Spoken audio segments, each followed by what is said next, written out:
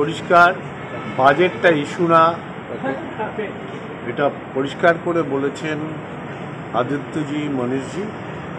টিমটার যে player availability থাকবে better team করবার জন্য ইন্ডিয়ান স্ট্যান্ডার্ডে করতে হবে। Second thing, foreign player as per coach decision or advice, সেগুলোকে আমরা যাব। প্রয়োজন হলে বিদেশেও যেও টিম রিক্রুট করবার জন্য, প্লেয়ার রিক্রুট করবার জন্য তারও প্ল্যান করতে পারি। সিস্টেমের ঠিক হচ্ছে কি না, টাইমিং ফিক্সড হচ্ছে কি না, সেগুলোকে দেখবে। এছাড়া বিভাস পুরোটাই পরিষ্কার করে বলেছে যে আমাদের মেডিকেল টিমটা খুব দরকার, তার কারণ গত বছর আমরা সবচেয়ে বেশি সাফার করেছি মেডিকেল গ্রাউন্ড। সেইটার ভিতরে বিভাস 2 মাস ধরে এটার কাজ করছে ইন্টারনালি, একটা বাড়ি খোঁজার চেষ্টা করছে, বুঝে ওখানে নেওয়ার চেষ্টা করছে। এইসব ডাক্তার, এইসব নিয়ে আমাদের আলোচনা হয়েছে। এরকম আলোচনা করতে থাকবো এবং ধীরে ধীরে কাজ হবে, বেরোবো, এটাই এক্সপেক্ট করবো আমরা।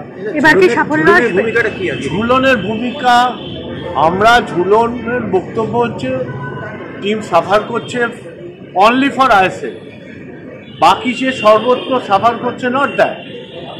আমাদের ওমেন্স টিম বেটার রেজাল্ট করছে, রিজার্ভ টিমও ভালো খেলছে, সবসময় চ্যাম্পিয়ন হয় তা না, চ্যাম্পিয়ন থেকে চ্যাম্পিয়নশিপে আছে কি না সেটা দেখার দরকার হয়। সেক্ষেত্রে ঝুলনকে যদি কখনো দরকার হয়, ঝুলন তো বেসিক্যালি মাটির থেকে উঠে আসা, অনেক লড়াইয়ে আছে। এই লড়াই ব্যাট ফেসটা কী করে সেভ করতে হয়, ফেস করতে হয়, ও সেখানে কন্ট্রিবিউট করতে পারে প্লেয়ার এবং টিমের জন্য।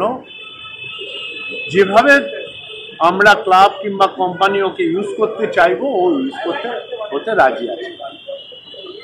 এবারে কি মহিলা ক্রিকেট দল গঠনের ব্যাপারে কিছু হচ্ছে?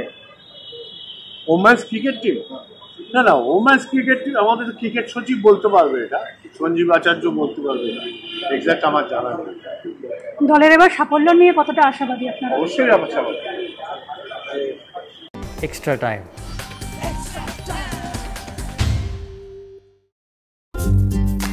লেটেস্ট নিউজ আর এক্সক্লুসিভ ভিডিওর সঙ্গে আপডেট থাকতে এখনই সাবস্ক্রাইব করুন আমাদের ইউটিউব চ্যানেল। বেল আইকনে ক্লিক করতে ভুলবেন না যেন।